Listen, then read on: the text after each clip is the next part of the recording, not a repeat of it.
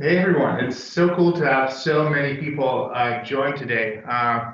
Really having an hour of your time means a lot to us, so thanks a lot. Where are you joining us from? We're in Prague HQ. Which parts of the world? Paris, Hey. Spain, Poland, Italy, Milan. Are people watching us Wow. from home office? Are you in your office? People kind of all around dealing with some different working situations these Czech days. Republic, Venice. Yeah. Yeah. Home office, Hello, everyone. co-working, WeWork. Oh, it's awesome, guys. You from all over the world. Perfect. So let us introduce ourselves quickly. So I'm here, Mantis. I head up the content marketing team here at Social Bakers. Got Elisa. Yes, I'm product marketeer here in Social Bakers. Hi. Hi, Taylor, content marketing writer, work on Mantis's team, and helped put together, along with a great team, the trends report that we're really getting into today. So excited to share some of the insights from our data team. Yeah. So before we begin, of course, ask us question in the chat, throw something at the screen. We'll try to answer your questions as soon as we get one, pretty much. I think let's just go through the agenda briefly of what we're going to cover today. So the trends report that we're digging into Instagram and Facebook. So our conversation, and we'll talk about kind of some other platforms potentially, but that's really what the data is coming from. Influencer marketing. Well, and but influencer marketing on those platforms in general. So that's where the key data is coming from, because that's where the vast majority of this action is still taking place. Once we dig into those, we're looking at paid, we're looking at organic. Specifically with paid, where are the opportunities there? We see kind of some spots where people, marketers, brands are not using certain areas of the platform, and yet when you look at engagement, we're kind of throwing our hands up asking why we're not taking more advantage of that. So that's something that we'll get into. Also looking at Instagram stories. In the previous quarterly report that we had, looked at things like exit rate. With this one, more tap back, tap forward. Really important stuff that if you don't have a handle on, then you don't really understand what you're doing well or wrong on Instagram there. And then also, as you mentioned, influencer marketing. Some of the latest numbers we have, that chart just kind of keeps going up and up. So what kind of the latest information is in that area as well. And of course, our goal is to make this super actionable. We don't want to just show you numbers. We want to tell you what to do with these numbers, and that's why we have Elisa here, from maybe closer to the solutions that we offer, so you can give us that spin, like how because do you... information is super important. The report is just amazing, and some trends we expected, some trends are absolutely coming as a surprise, and of course we want to tie up to and make it grounded and to understand what you actually should do with this information. So this is what we're going to share today.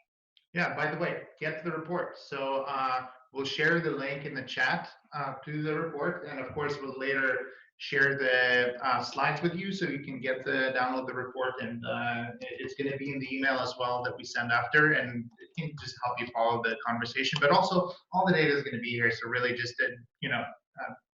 go through it as you wish, but just leaving it here. And not only the data that we're discussing today, it's so much more in the report. So definitely this webinar is just top of the iceberg, really. So make sure to download that. Yeah, it's 60 something pages of just data insights. Even some things that we just kind of briefly touch on today are available in a lot more detail inside the actual report. Yep. But the question today, what are the trends?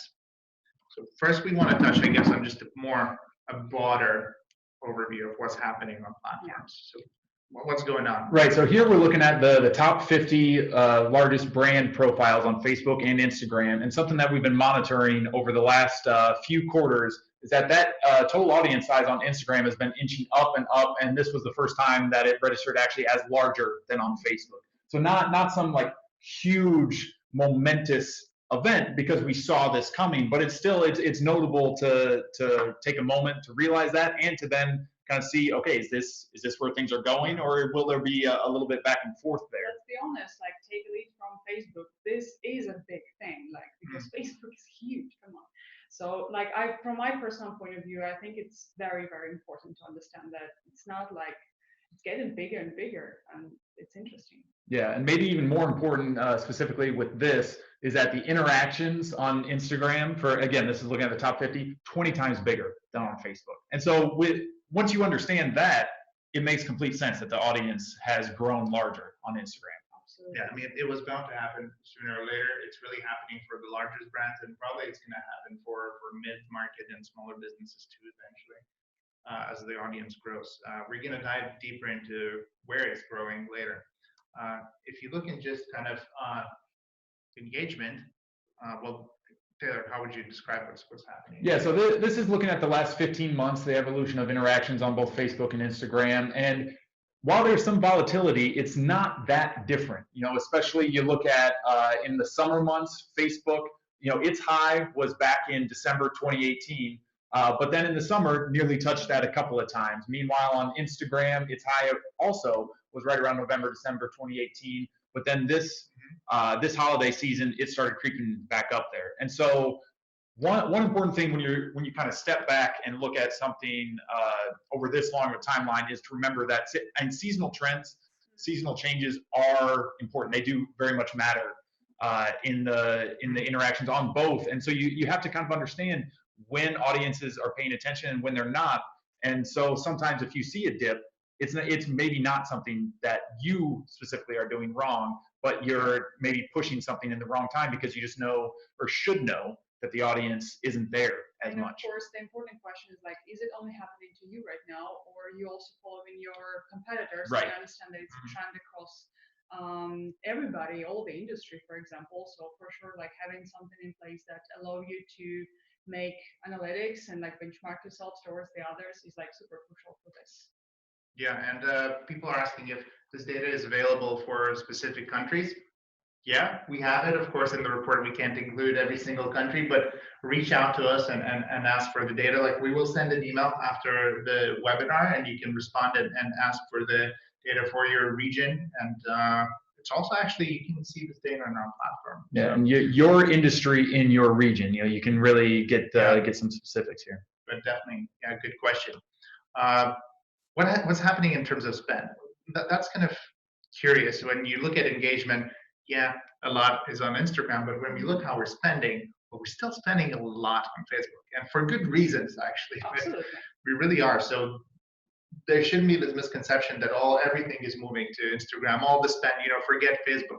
No, it's crucial still. Yeah, Facebook newsfeed, nearly 60% of total spend, by far still the king in that area. And again, when you look at this long a time frame, again, 15 months, there is you can look at it. It's going down, but not in any kind of way that makes you want to jump off the ship. Like what it really means is that you've got to optimize both. Like exactly. there's more going on Instagram, and so you need to make sure that you have something specific, some type of plan there that is different than on Facebook, because we know that people, not only are the audiences different, sometimes they're the same, but they interact with it differently. So even the same person is interacting with what they see on Instagram differently than they do on the Facebook newsfeed. And so you can't ignore one in favor of the other anymore. I think that's kind of the takeaway from this. Absolutely. Right. Yeah. And with Instagram and Facebook aligned, you have an opportunity to tackle like both of audience personas, because those might be quite different on Instagram and on Facebook, and because it's designed for different generation of people even. So this is amazing opportunity to actually have both resources like aligned. This is amazing. Yeah. And of course, the questions that you need to ask yourself is, you're doing everything right? Yeah, and well, of course, the question is, where's the rest of the percentages? Well, there's more, of course, placements than just feed. So there's stories and video placements, but we're going to dive into that later. So just to wrap up, and maybe we will not dwell too long in this takeaways, because we'll send you the deck and you can look at it yourself, but just some of the questions that you should be asking, just overall questions. It's for sure, like if you have a team dedicated for Instagram, or like how you actually doing things, what's your strategy over there? Do I know Instagram and Facebook engagement benchmarks in general? So you will be sure that the trend that you see on your pages is a trend across the board, or a trend only for you. So it makes something you as a brand do enroll. And of course, like my advertising strategy, like you have to reconsider your budgeting probably also for Instagram and Facebook, because those players are stuff to be quite equally important, and you cannot just prioritize one platform. Nowadays, you have to go big, otherwise you're gonna lose. Yeah, yeah, and Diego, really good question as well. Is do you have a share of spend versus organic for each platform? So we do have data available on the amount of promoted posts versus organic posts. I don't know, is it in the report, this data, or do we? Not specifically. Okay, so again, reach out to us. We got this data. We're going to share it with you. Again, ask in the email, and of course, we will try to get it to you. I know that this can be valuable. But yeah, so diving into paid a little bit deeper. So there are some of the specifics that we mentioned, we're going to get into it here. So what's happening in terms of placements? It's really curious, I think. If we look at where the most money is going right now, so these are the feeds at the top right position of the slide. And if you see where actually the conversions are, it's a bit surprising that we have so much actions being taken on the suggested video and in-stream video ads. And for me specifically, it was the in-stream videos that was really interesting to see. I didn't expect it. Any surprises for you? Actually, for me, it was something that I didn't expect as well. Like, I think it's quite interesting. We have lots of data later on in the presentation, so we kind of understand why it's happening, but it was definitely something that shocked me a bit. Yeah, and of course, you know, Facebook feed remains the really highly converting ad placement. Well, yeah, and that just to get back to the importance that we said that Facebook newsfeed still has. You know, the highest, the largest bar graphs on both of those. It's getting the spend because it's also performing. You know, that's just true. But as you said, with suggested video in stream, there's value to be had here. Like if you just kind of understand where the interactions are that aren't being taken advantage of and put yourself into that lane, there can be some instances of success. Personally, I don't know who likes in-stream video ads. I don't know those people, but they seem to work actually. So, you know, my advice here would be, and that's actually something I have to share with our team, is for branding stuff or even stuff that needs to drive action, let's figure out how to do this in-stream ads really well. And newsletter team says, hate them, sorry. Yeah, I don't know. Anyone loves in the audience in-stream ads? Thinks they're really, I'm going to be shocked to see if anyone is on like, that seriously, side. Any fans over there of in-stream video? I'm just curious. Which makes it all the more impressive that we kind of all understand that it's an uphill battle, that, you know, the user does not want to see this. And yet, if you do it in sort of the right way, or you're targeting the right type of user, you can still, But hey, we got data that explains why they work. And it that's a actually good one. comes from Facebook. So if you look at different types of ads on different platforms, so if you look at the retention rates for the non-skippables, it's pretty impressive. Like, it's pretty damn good. So you get the majority of the audience just watching through it. Of course, it has to be really, really short. You have to be reasonable. I mean, like, if you're watching like some very long video, right, it makes sense to spend like 10 seconds like on a short ad. But if it's a video of like 1.5 minutes long and you smash over there like 40 seconds of advertising, that is a bit weird for me. Right, user intent is huge with this one. Non-skippables, these are mostly 6-second and 15-second videos that are in longer form things. So if I sat down intending to watch you know, a 28-minute TV show, a couple 15-second ads, you know, I remember having cable and sitting through 3- and 4-minute ad breaks all the time. That doesn't seem like that bad of a deal. Like, I'm willing to make that trade-off. Whereas if I'm scrolling through videos, YouTube or wherever, I don't even really know what I want to watch. Any ad that pops up that I can't skip after 5 seconds, that's, you know, 30 seconds, a minute, whatever, I'm not going to sit through that, because I don't even know that what's on the other side of it is worth it for me. So really kind of finding the targets there is crucial. Yeah, and for me, the takeaway, just looking at Facebook data as well, is if you look at feed and stories. So if you're, I mean, every brand nowadays really does video content and video advertising, and I'm looking for my videos to actually be watched. I don't know if I'd be going after stories and feed. Perhaps I would be going after non-skippables this time, Mm. just having this data. But there's also interesting stuff happening when we compare sort of awareness advertising to advertising that drives action on the two platforms. And the takeaway here for me is that, well, obviously Facebook is the platform to get those clicks. Like, it still costs way, way less on Facebook, and especially the Facebook feed compared to the Instagram feed or compared to Instagram stories. And it makes sense. Like, in Instagram, it's just a slightly different platform, right? Yeah. So what is the difference? Like, how are you guys using two platforms differently? Why do you think the clicks just work better on Facebook? Well, one, I think, Lisa, this is something that you've talked about a lot, is that Facebook users are more willing to click around and understand that's part of the experience of being on the platform, whereas you're scrolling on Instagram. You're not trying to. It's funny that it's To this. show your love. It's this versus this. When you're on the phone, and it's a funny difference. It doesn't seem like it should really kind of have that clear divide, but the data says that's what's happening. For me, it's quite organic, to be honest. I think this is deeply rooted into in the concept of the platform itself, how it was built and for what particular reason. So this is not surprising me at all. This is something like I think makes a lot of sense, because the interaction with the platform is really different, exactly as you're saying. Like you just look for different stuff on Facebook and Instagram, and the data just shows it. It's quite straightforward to me. Yeah, and Bidal, hi, thanks for joining. If you have a question, just ask it in the chat and we'll try to answer right here in this webinar. But yeah, it's very much about how we use those two platforms, and it's not surprising that it's easy to drive action on Facebook.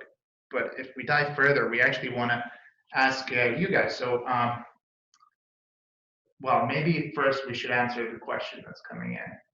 Actually, I think we will have this question answered in the following slides in a way, right? Yeah, so actually Stories was a cheaper when it comes to CPC, but it's shifting to Facebook again for traffic ads. Do you know why is that? Yeah. So, I remember to answer that question, but just in the meantime, if you guys can answer the poll. So what's your most selected ads objective? Which one do you use? So are you advertising for post engagement? You're looking for people to interact with your content, you're driving traffic, or are you actually measuring purchases? Or sometimes, who knows?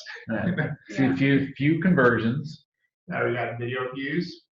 Come on, guys. So in the meantime, just to answer the question that was asked before. So at first, Instagram stories, CPC was really low for a lot of marketers. For us to, like, when stories advertising really came out, it was just incredible what price we were getting as a B2B business from stories. And I think there was just so much space there. Like, not a lot of marketers were doing it, and that's why the costs were low. But as more and more marketers enter the area, the costs just usually go up. And that's why it's so important to be the first one to try the new formats. So something like in-stream video ads or suggested video ads, like that's where you should be focusing. And actually later we have a bonus tip on where on Instagram you can focus your own efforts in terms of new placements. But definitely be quick on this stuff. Like, as an advertiser, be the first to try new things. So what's the kind of I see a lot of A and C. Like people putting both of them together. So post engagement and conversions. And again, conversions, which like makes sense. However, when we jump into the data, actually not really as high as we would expect. Yeah. So Diego, awareness and link clicks. All right. Let's reveal the answer. So it's different for the two platforms, and then it's kind of curious, and it's kind of as if we're advertising for what we cannot get on both of those platforms. This is just lovely. It's like, I'm willing to pay as much as I can for something I cannot get from this particular platform. This is just so weird to me. Yeah, so yeah, on Facebook, we're kind of where we think maybe we wish to have more engagement because we used to have more engagement. So we're really pushing for post engagement objective and running those campaigns. While on Instagram, even though it's kind of annoying for users to get off that platform, we're pushing for link clicks. Yeah. And it's understandable. I mean, you do want to, you do want to drive action, but the question is like, do you really need to take people off the platform? Is there a better way to create a more sort of tailored user journey? Sorry. And no, sorry for jumping in. I'm just wondering, like, if you're benchmarking yourself correctly in this particular case, because if you're comparing performance of your Facebook pages to performance of your Instagram pages, that might not make sense, because these platforms are designed for really different purposes.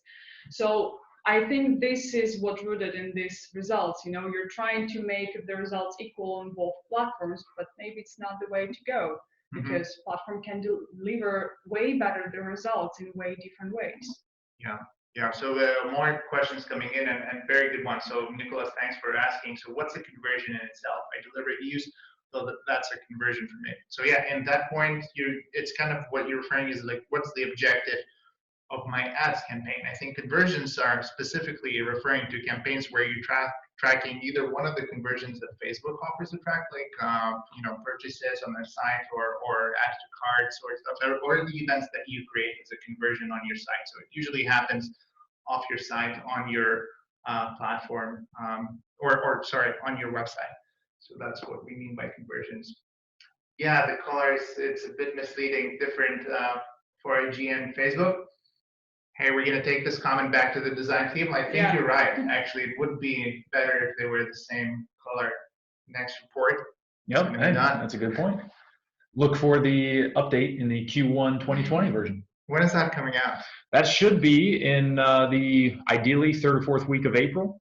Awesome. So once we get all the data together, and then put it all together in a 60-page report, polish it up, and send it on out. All right. Sounds so easy. Yeah, exactly. Yeah, sure. Just like that. So yeah, just a bit of an insight of like how to think about Facebook advertising, and that's how we try to think about it here, is that you need to create a sort of a journey that goes from all the way from awareness to conversion, and you have to be able to track all those things. Like, especially if you're doing just awareness campaigns on social media, then at some point it's going to be really tricky to prove to management that the $1 million that you spent has given you any kind of business lift. If you are tracking just conversions, it's going to be really costly without doing the awareness part. So it needs to be a synergy. Absolutely. Couple of questions to ask yourself.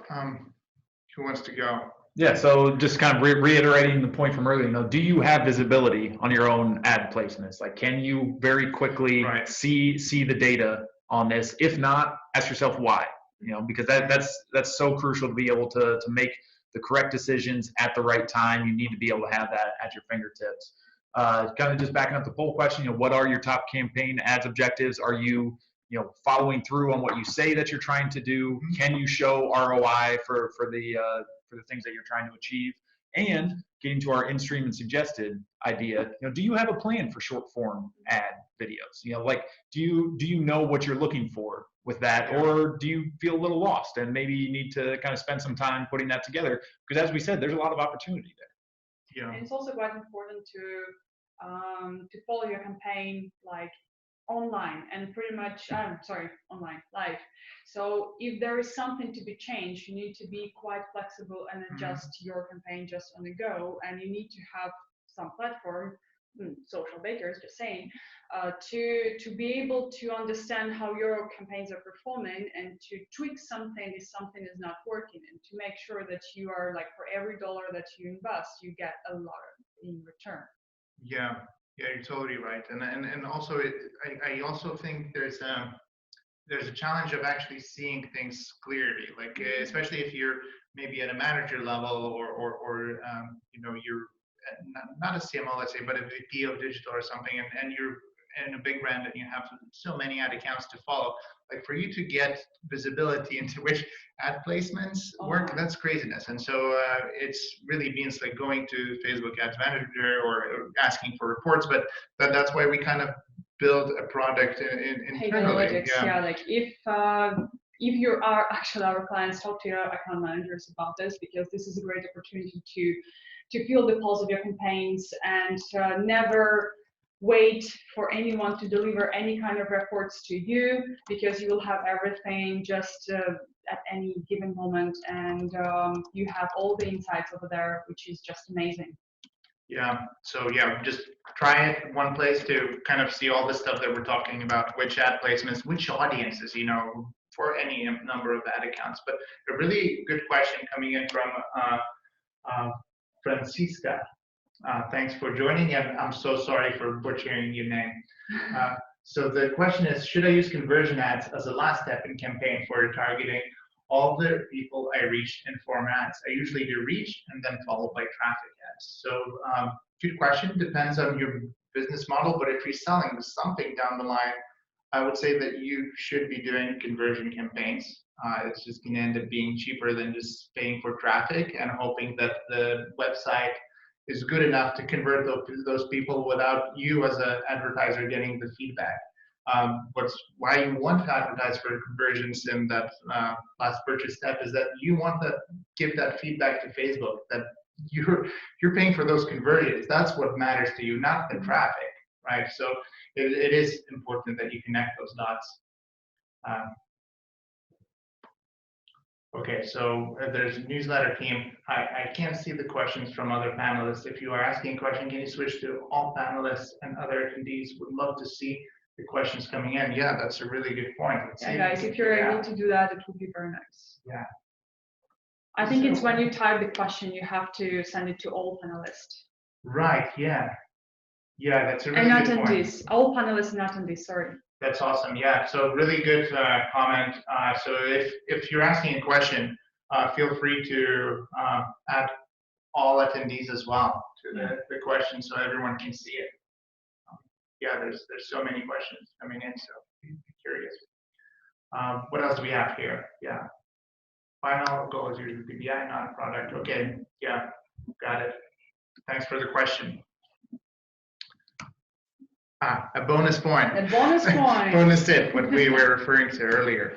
So new ad placements that Taylor, I know you were pretty excited about this one. Yeah, so we'll just kind of run through this quickly. Just on Instagram, the Explore section, starting at the end of the summer, was just a new place for ad placement. And whether it's because marketers really choosing that way or just the platform kind of deciding for them, that's already up to 1.32%, which again, that doesn't sound like a huge number, but from nothing to already be there, and as we track this further, seeing how much it can grow, especially if you kind of have an audience persona that spends time on the platform, that will just kind of be there for a little while, you have to get on this, because through Explore, both the shop-specific ones, and if you just click any of the interested images there and then start scrolling through, those are the ones that pop up for you. And so that's one that already we're seeing a pretty big number into. And then, Mantis, if you want to go forward, another big thing, because this is in the report, so download the report to get even more on this on Facebook Marketplace. But then also the funnel conversion rate. So we had this for the first time in Q4.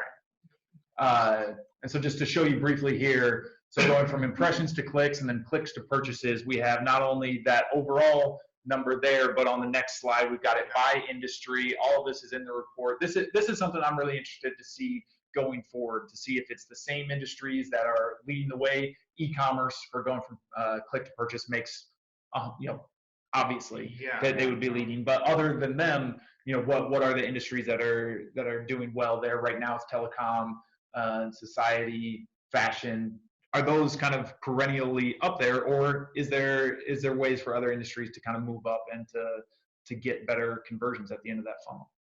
Yeah, this is I can't stress how cool that we finally have this data in the report, because I haven't seen other businesses really advertising this much at all, and it has to be pretty useful to know where you fall within the benchmark. And of course, this data is available in the platform, kind of updated daily, which is useful as well. But it's in the report as well. So I think we have more questions. Yeah. So let me ask it to you, Mantis. So from Olga.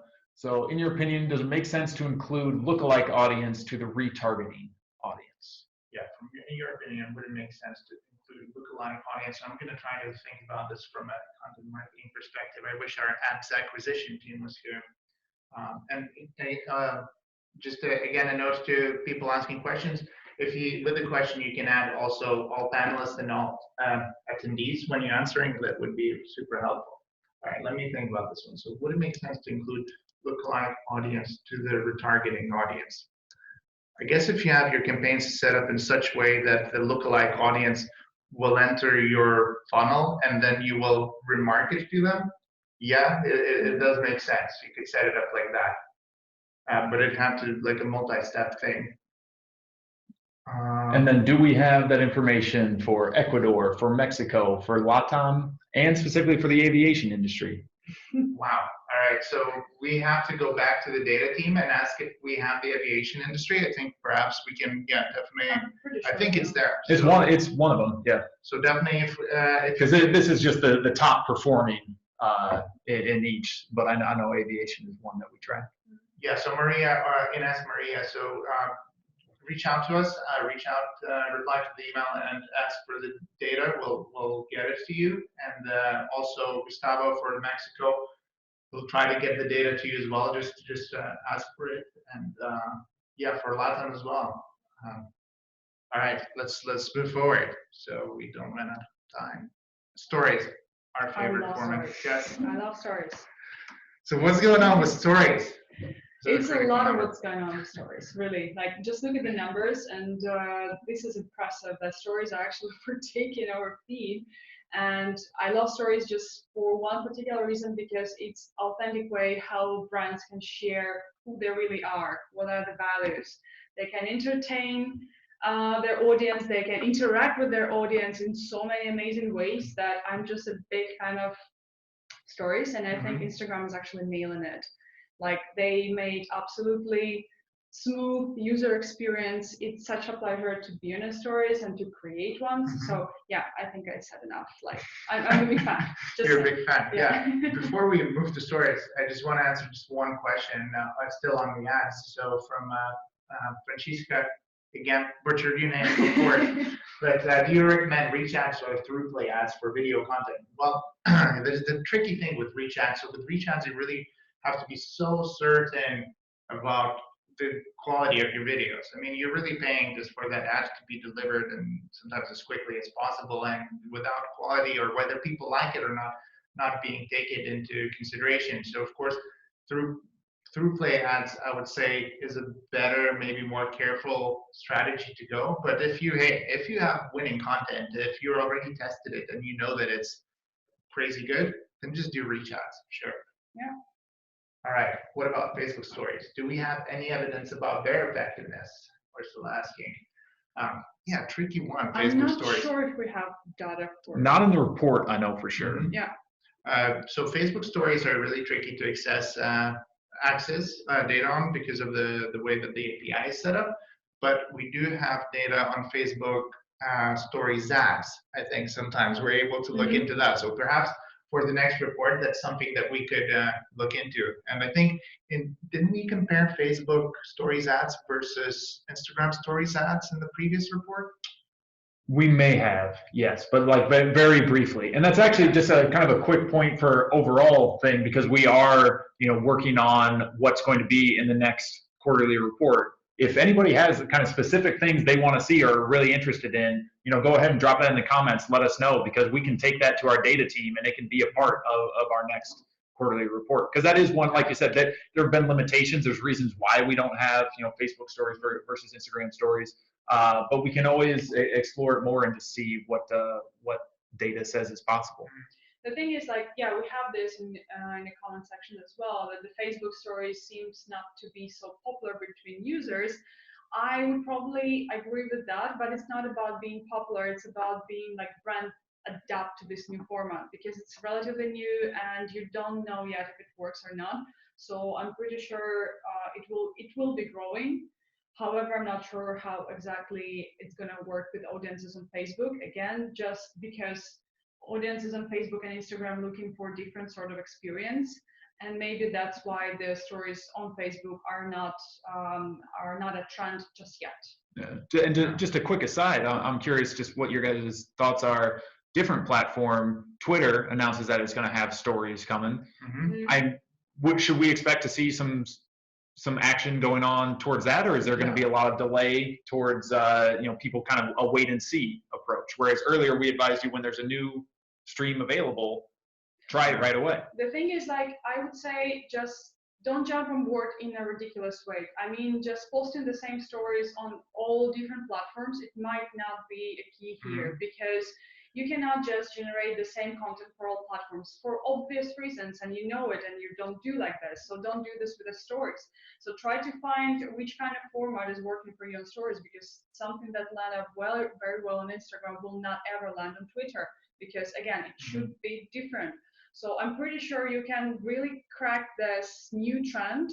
This is something that you should definitely try, but be smart about this and not just copy paste yourself across all the channels, because what you're going to do is just to make people upset that they see you everywhere in exactly the same way, which is like none of us going to like it, right? Right. Well, with Twitter, I think it's just such a different platform. And that's kind of why I was asking too. Different. And who knows kind of how that ends up developing, but you don't want to, I think, completely ignore something either.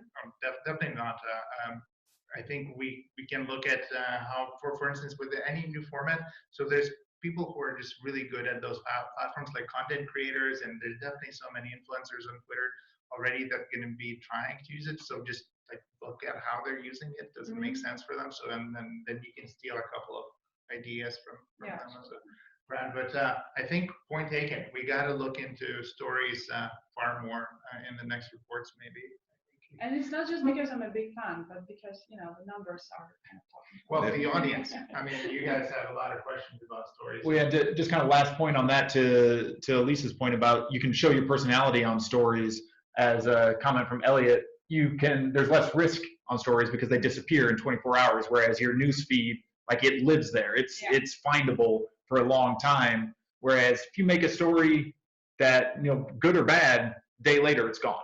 So you absolutely can take some risks. Sure. It's quite a challenge to build your feed. Like, I mean, you have to put so much effort and to think about so many things, like the words that you're sharing and the color palette and everything. Does it fit like entire months of your post? This is like a lot to take. And like stories, it's such a free format that you actually can express yourself and to show what your actual personality is as a brand.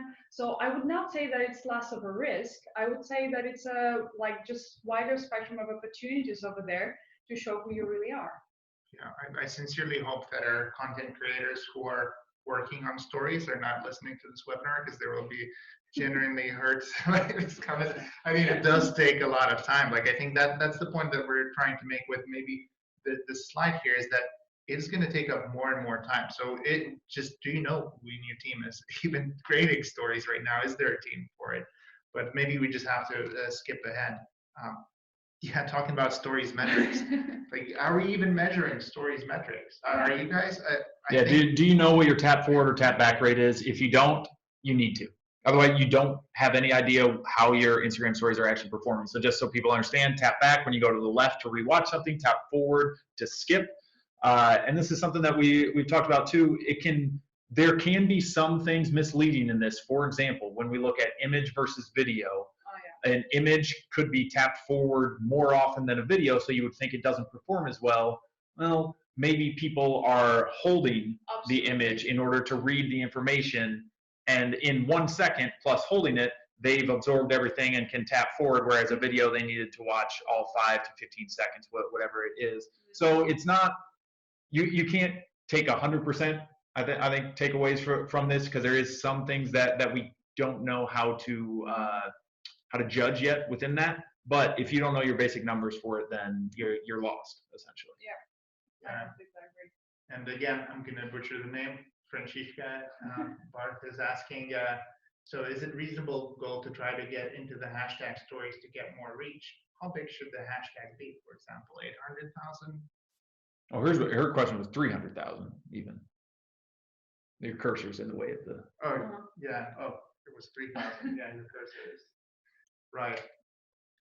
I would say that using a hashtag is a great idea, like in general. For example, 300K it really depends of what your story is about, and like it Well, should be relevant and for- your own probably size, Absolutely, right? yeah. You know, Yeah, it's not so much about the size of the hashtag, but also like how relevant is it to the audience that you're speaking to. Like, it doesn't make sense to pick a hashtag that's going to be relevant for everyone, because then it's relevant to no one at the same Right. It's time. also like it makes sense to consider, like if your page is having a lot of followers and interactions, you can use a hashtag with a way more reach over there, or like simply because you will be on the top of the list, let's say.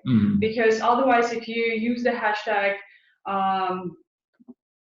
with 1 million people over there, right, and your page is rather small, right? yeah, you just have, yeah, it's the 10,000 same as the people. SEO It's just- game. You just have no chance to rank Yeah. for something like that. You can use this hashtag, but it will not bring people to your page. That's like unfortunately true. Yeah, so we're not going to dwell here. But Yeah, next also, two we can skip over because and again, these are in the report. You can download the whole thing, and there's actually a little more detail in that. But just showing you the tap back rate by industry, tap forward rate by industry, and again, if you respond to the email, if you want this information for your region, for your industry, we can do everything we can to make that happen. Yeah, we'll get it to you. So yeah, some of the questions we already asked, like, you know, do you actually have a story strategy? Are you looking at the metrics for Yeah. stories? I mean, we What covered are the just two. metrics that you're looking at? Like, what are your KPIs when it comes to stories?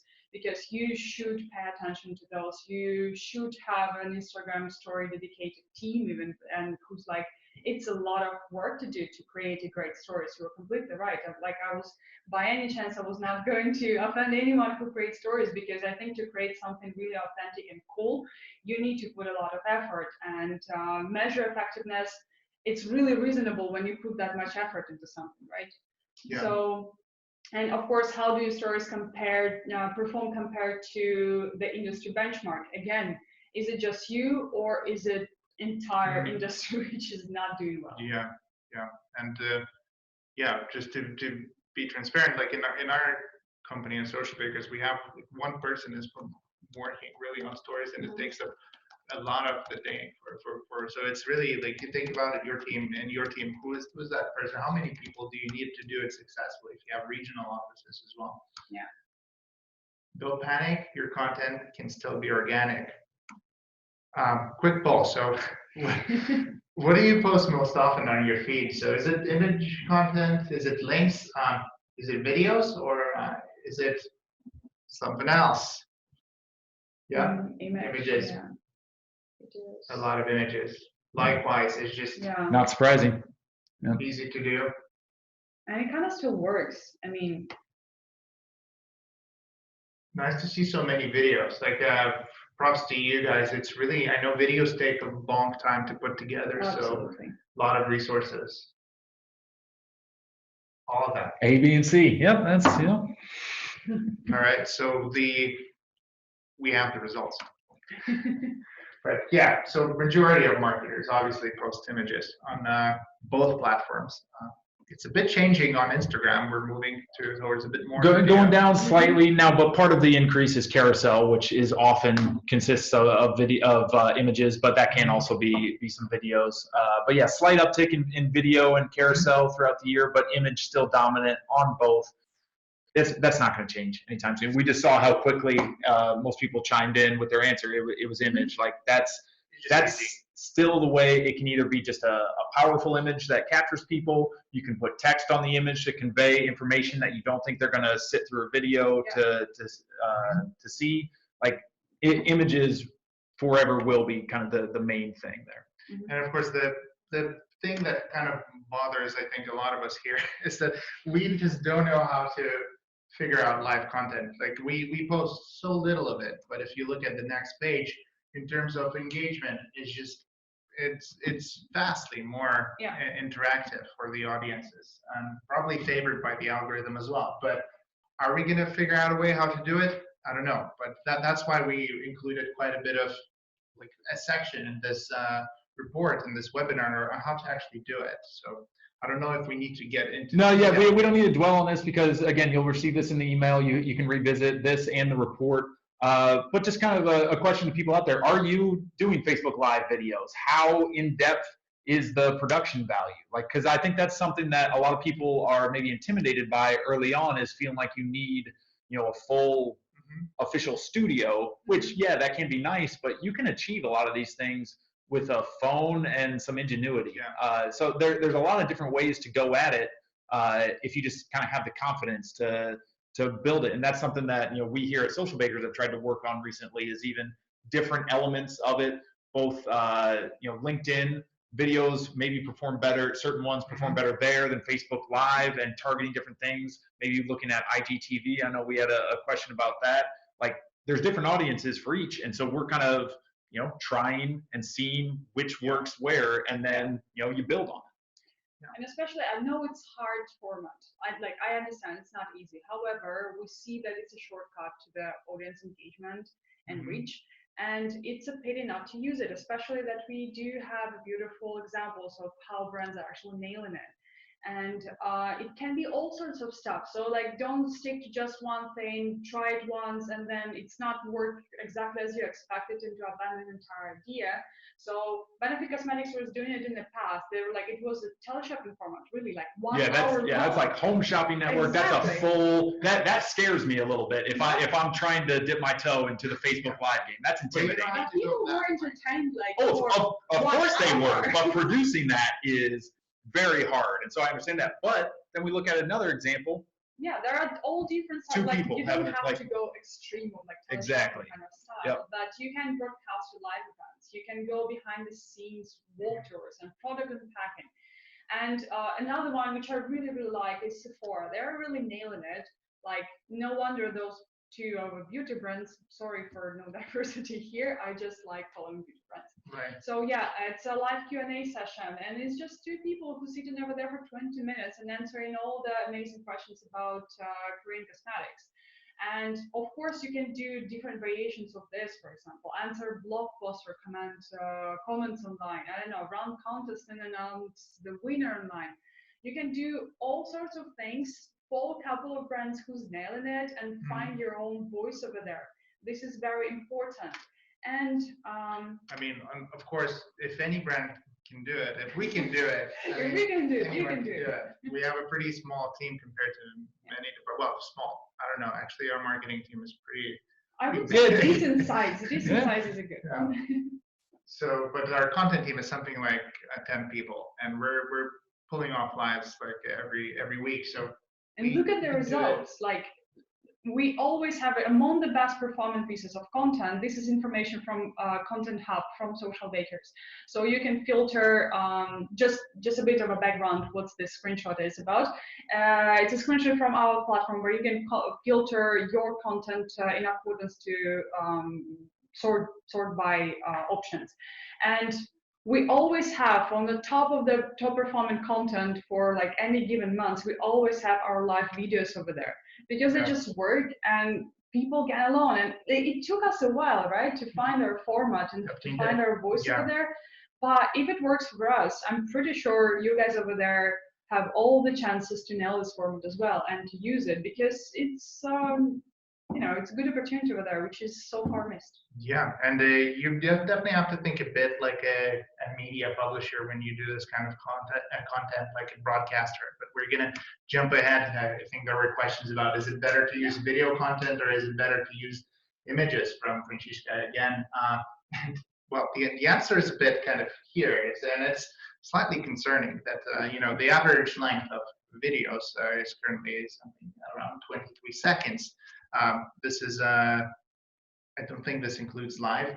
No, this is just for Facebook brand accounts, not live videos. Yeah, and then the average watch time is 4.57 seconds. So videos. A lot of people raise their hand when they said that they create mostly video content, and that is props to you, but really important to see how long are those video watch times. And my biggest fear is that we have so much content sitting out there that is just not being watched. And I don't know, how do we change this? Because 4.57 seconds is really small. I mean, if you're doing a video, just maybe it's not supposed to be 4 seconds long, right? But it should be catchy from these 4 seconds and like make person to stick to the screen and to kind of like stay there with your video. And couple of companies actually are nailing it as well. For example, if we can have a look at the next slide. Yeah. So there's. Yeah, I would highlight in particular Fenty Beauty because they're quite good with this format. Like all their advertising videos are like 15 seconds long max, and honestly, you just stay there. I don't know, it's pretty. This is like exactly referring to their audience, and it just works. They have amazing results like on those videos. Yeah, it's really about pacing. Like when you're doing videos for Facebook, and it's thinking about like if you think about YouTube, people tune in there to watch a video. They have time reserved for it. When it's on a feed and someone is just quickly scrolling through the feed and maybe they don't have 3 minutes to do it, it's going to be tricky to get them to watch a 30-second video. So you have to get really clever about the pacing, getting attention, things changing fast enough. And I think this is what these videos get right. And I think in the next slide, so we just show 2 examples, but you can go to the Socialbakers platform. Absolutely. If you need some inspiration, it's always available in our inspiration tool content that you can just like look for those videos that are actually already working and to create something on your own. Like there is nothing bad in copy pasting if you do it well and with a bit of artist spirit. Yeah, so check it out. You'll find tons of inspiration. And just a really quick tip, like if you're doing short videos for the feed, do them vertically.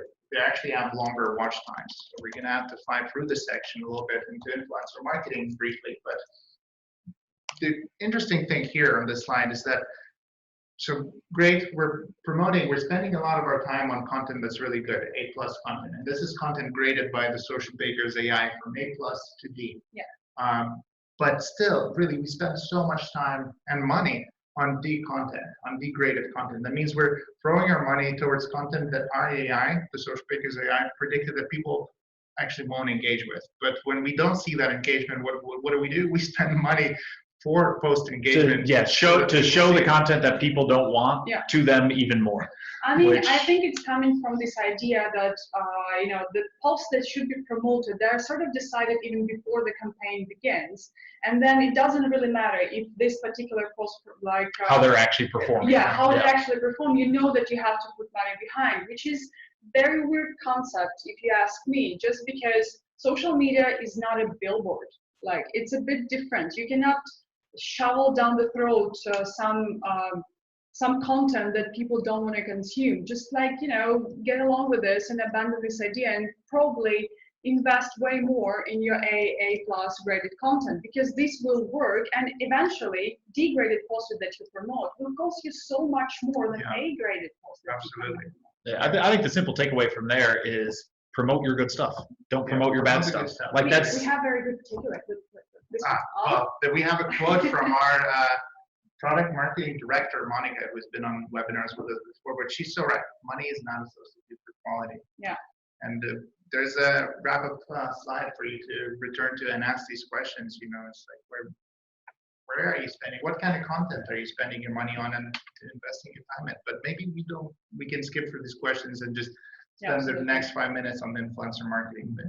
Because if I may say, like, if you're also considering like live video format, there are different opportunities for you. Like, if you don't want to engage with live video format, find influencers who are going to do this for you. And it was a beautiful practice also from I mentioned above Benefit Cosmetics, because this is what they do. They just use influencers to stream like their live events, which is a genius idea, and I really love it because in this case you just onboard so many people, so huge audience to watch your event, and this is one of the ways to go. And it doesn't have to be a macro influencer. Absolutely. You can find someone that resonates with your targeted audience, even if you're targeting a smaller group. But if you get the right person, then you have. It's a tricky thing, though. Like it's very easy to say that don't use big influencers, use somebody like micro influencers, but who's actually resonating with your audience, and like how to get data on performance of these influencers, how to get ROI. This is something that you should ask yourself for sure, and this is something you need to have like platform like that will help you with this. Again, not saying anything, but social bakers have influencers over there. A great option. There are others out there, but it is a great I'm option. just saying that you need to have a partner, a reliable Yes. partner, Yep. and not rely on print screens from the influencers who's like sharing their results. You need somebody to trust to, and we just see that the influencers are not going anywhere. So if you're not using something to back up the results, back up the data, like you should start as of now, because this trend is not going and it's here to stay. It's definitely here to stay. And Helen is asking if there is a free version of Social Bakers. So you can try it all for free for 14 We have a days. trial. And there's numerous free tools that we offer on our site, and you can check some of them out. And they're for all different stuff for benchmarking and influencer research as well. So, but back to the convo. So we'll have to finish this really quickly. So yeah, influencer marketing growing quite a lot, and it's growing across industries. So we sometimes think that it's only for fashion brands, but no, there's Walmart is actually the most mentioned brand by influencers currently. And then we have Daniel Wellington, of course, where they have only almost like influencer strategy for Instagram, nothing else. Me, it's really curious actually about the efficiency of influencer marketing, and that's something that we include in the report each quarter. And just to see the brands that maybe don't do so well on Instagram on their accounts, but when they use influencer marketing, their engagement just skyrockets, and it skyrockets by like 10,000 times. I mean, I would not say that they don't do that well. I mean, they just distribute their efforts in different channels, and so influencers is just one of these channels. So all together, they do well, because I don't want to sound like, marketeers are not doing good job because influencers are doing better. It's just how it is, and influencers is like authentic voice over there that is like kind of a friend who's advising things, and it's quite different. And of course, the numbers are showing itself, and I think it makes total sense, and it makes total sense to work with influencers. Oh yeah, I mean, it's not to say that these brands are doing bad at all. I think they're rocking at influence marketing. Like, this is how you do it. If you're unsure about, we all need time to find our content strategy. We do it too. And the best way to get a head start is to pair with someone who already has figured out and has a vibe with the audience, and they will boost your engagement. So this is just an example of the difference that you can get. And of course, we're including a takeaway slide, but before the time runs out, we just want to leave just a space for questions. Again, download the report if you wish. We started just 3 minutes behind, so we'd like to also leave 3 minutes for a Q&A. And Anna, you asked the question earlier. I'm sorry we didn't answer it right away, but you asked the question about IGTV. And while we answer this question, of course, feel free to shoot more questions towards us. But Anna's question was, what is your opinion on IGTV? Is it more effective than normal 60-second videos on the Insta feed? I mean, it depends, like what exactly you're showing over there. Like any format can be really efficient if you know who's your audience and why they came like to watch this video, right? So I would say that it can be as efficient as 60-second video, depends on what the content is. I think some of it is trial and error. For IGTV, I think you could all of this kind of depends on who you are as a company, but you could create something where you have maybe a weekly feature that you go on IGTV for a 10-minute game show, for something, for a tour around the office. You're doing something with a product. It's a great place to pop in for 5 to 10 minutes, something there, and catch people. Whereas on the news feed, again, it's always there. It's not disappearing right away. And it needs to kind of fit better. Whereas I feel like IGTV, sort of like stories, you can experiment a little bit. You can figure out what works for you. It's a free safe space to experiment, while newsfeed is like if you make video, it can be so expensive for production, and like it's there to stay. So it should be like pretty informative, engaging, and everything. So IGTV is like, it's a way safer way of experimenting with the video. Well, you can do it in a way where you can post it on IGTV and it appears on your feed. And that's actually the best way to do it. We do it ourselves, and that's how you get longer videos on the feed. And they go crazy because Instagram is really pushing for IGTV, obviously. And yeah, so I would recommend to do it that way. Our team does it, and it really works for them. A couple of more questions coming in, and thanks to those who have to leave already. Elliot, thanks for joining. I hope it was useful. Let's see if we can answer some more questions that are coming in from the audience. So South Lake asking, so what are the top accounts we should be following to see how they do things? I'm in fitness, but how do I know good brand practices will work across the board? You mentioned the top 50. Yeah, so we have actually a report like this is there a fitness industry in our database? We have to check, but I think, I believe it's under a different category. okay. Because I know, like, like kind of small gyms or like franchise gyms and all that is not specifically under fitness, I believe. But again, that's where if you kind of respond to the email with specific questions, that gives us the opportunity to go to the exact right place to get the answer. Don't we have a study on a fitness brand? Not so far. Not yet. Not yet. Yeah, like I hope that we will have a success story with one big fitness chain brand. US, right? Yeah, but now I just don't want to say anything. No one is. All right, sorry, I won't jinx it. Okay. But yeah, no, it's a really valid question. So we mentioned top 50, but I understand that you're joining from brands that are maybe not as large and whatnot. But usually with the top brands, you kind of see the first indication of where the trends are going with the really large accounts, and then later you see it as well with the smaller accounts. So I would say it applies in that sense. And if you need vertical expertise, of course, get in touch with us.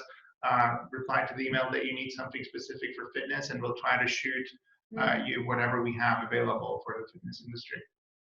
Let's see more questions. So Diego asking, do you think that it is necessary to integrate viewability metrics to understand the real impact of the feed and the relevance of content?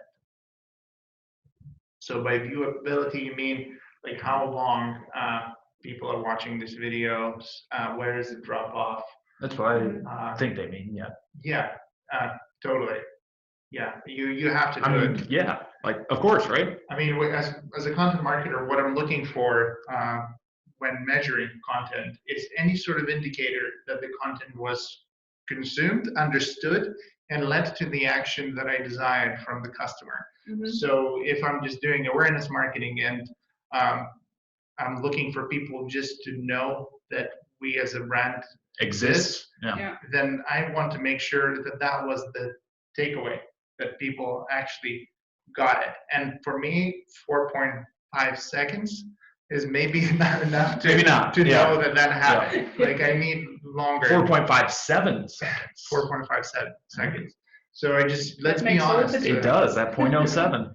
We have to be honest with ourselves as marketers and try to kind of get rid of this vanity metric stuff, look at how many views we have on this video, like how long are those views and did they have the impact that you intended to have? All right, do we have any more questions coming in from the audience?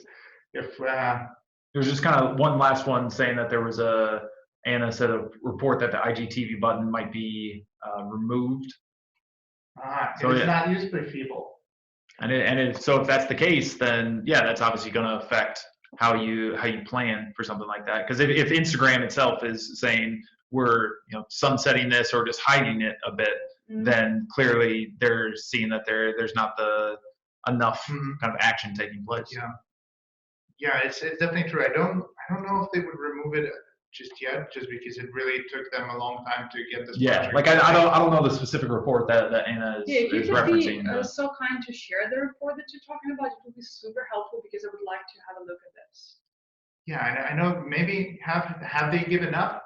Because I know they were pushing IGTV for so long, and because of that, if you were a brand that was doing IGTV, like it actually kind of worked because you were the only ones there, Yeah. and your content was always surfaced to the top. And we were like, wow, we're personally like for Social Bakers, we were getting so many views on our IGTV videos. But I'd be sad if it goes away. But Yeah, thanks, but everyone. the button is gone. It's gone. All right. Thank you so much. It's gone. All right. Well, thanks everyone for joining. So many questions. I hope you know you have a few things you can implement tomorrow in your strategy. Yeah, just share your feedback if you liked the video, if you need something else, if there is something that is missing, just make sure to reach out to us. We'll be happy to deliver as much as we can. Yeah, and Susie, if you need a report for your country or your region, reach out to us again and we'll try to get it to you. Absolutely. So thanks everyone. Thank you. Bye.